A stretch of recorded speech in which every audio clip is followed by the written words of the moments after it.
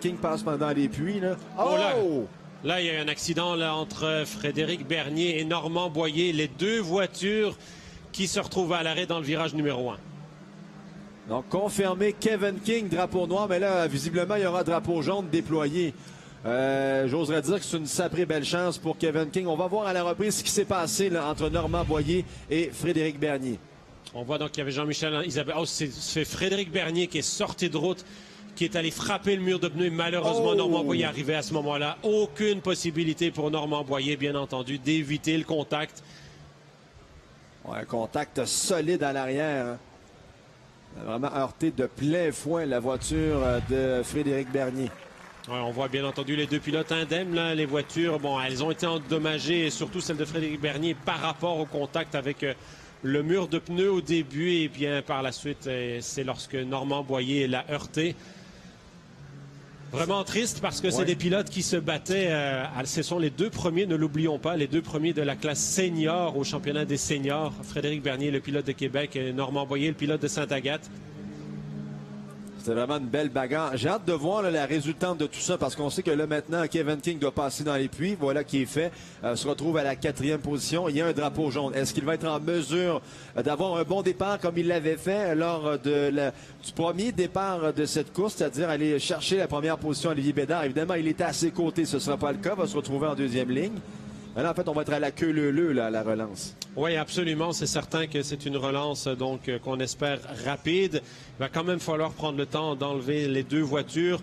On voit évidemment que l'équipe médicale est venue rapidement. On demande à Frédéric Bernier de s'asseoir, mais ce sont des mesures normales de précaution. Là, on veut simplement s'assurer que tout est correct au niveau des pilotes.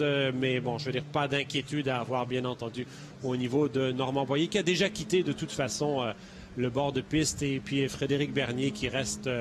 pour l'instant, je dirais, on le stabilise, on s'assure qu'il reprenne son souffle et que tout soit correct. Oui, clairement, parce que c'est l'homme d'abord et avant tout qui est important dans une situation comme celle-là. On va aller rejoindre Tania Bourdin dans les puits qui a de l'information supplémentaire. Bien oui, messieurs, vous venez tout juste de le mentionner. Chose due, chose faite. Kevin King a fait son stop and go dans la ligne des puits. On pourrait quasiment qualifier la chose de chance avec l'incident qui vient de se produire. Bien évidemment, on souhaite que les deux pilotes en piste sont corrects. Mais pour Kevin King, ça l'a quand même permis de pouvoir faire son stop and go de façon quand même assez respectable. Merci beaucoup, Tania. Effectivement, c'est une chance dans les circonstances pour Kevin King. Et encore une fois, Philippe, on voit l'intérêt d'avoir allongé le temps en course, hein, c'est-à-dire 40 minutes. On est passé de 30 à 40 minutes. Si on avait été encore à 30 minutes, ben, ce serait déjà terminé là, avec ce qu'on a à faire sur la piste. Oui, tout à fait. C'est certain qu'il resterait seulement 1 minute. Là, il va rester 11 minutes. Ben, il n'y aura pas la relance tout de suite, bien entendu. Donc, on espère tout de même de pouvoir relancer cette épreuve avec au moins 4 ou 5 minutes à faire. On revoit à nouveau ce qui s'est produit. Donc, Frédéric Bernier qui arrive tout simplement trop large. Une petite erreur de pilotage, mais aux graves conséquences, bien entendu, puisqu'il heurte le mur de pneus. Là, il rebondit. Et bien entendu, Normand Boyer, il n'y a pas de possibilité pour Normand. Il ne peut absolument rien faire. C'est un incident de course vraiment malheureux. Ouais. Je dirais que dans le cas de Frédéric Bernier, bon, c'est certain qu'on s'est assuré qu'il allait bien. C'est pas le contact avec le mur de pneus qui a été l'élément qui lui a un petit peu coupé le souffle, vraisemblablement, mais le fait qu'il rebondisse comme ça sur la piste, et c'est toujours le risque en sport automobile, c'est quand une voiture rebondit sur la piste et que là, on se fait frapper par un adversaire, parce que bien entendu, là, on se retrouve à ce que c'est une voiture arrêtée qui est frappée, et donc, évidemment, l'impact est beaucoup plus grand pour le pilote, mais on a vu aussi quand même que la voiture était en très, très bon état, malgré tout. Donc, témoin, encore une fois, de l'excellent niveau de sécurité de ces Nissan Micra. On va avoir une reprise encore un peu plus lente de l'événement survenu.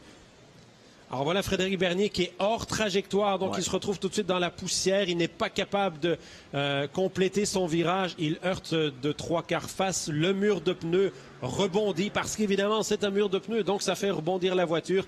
Et là on voit Normand Boyer qui heurte la voiture au niveau de l'arrière gauche. Heureusement ce n'est pas arrivé du côté portière parce que le choc aurait été... je pense pas que le pilote aurait été blessé de toute façon, mais le choc aurait été plus violent bien entendu à ce moment-là. Donc c'est